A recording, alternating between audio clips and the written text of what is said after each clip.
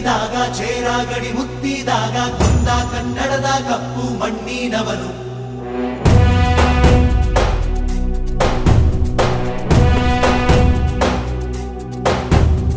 ವಜ್ರ ಬಲ್ಲಾಳರಾಯ ಸೋಗೆ ಬಲ್ಲಾಳರಾಯ ಕತ್ತಿಗಲೆ ಬಿತ್ತಿ ಹೋದ ವಂಶಾದವನು.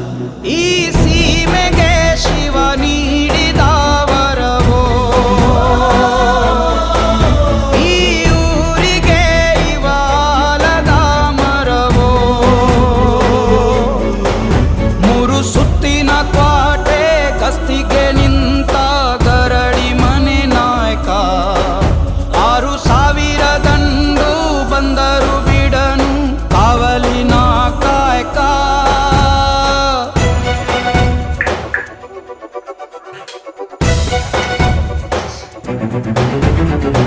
ಏಳು ಏಳೆಡೆಯ ಸರ್ಪ ಬಂದು ಕುಂತೈತೋ ಯಪ್ಪ, ನಮ್ಮ ಹುಲಿಯೂರು ದುರ್ಗ ಕಾಯೋ ಕನ್ನ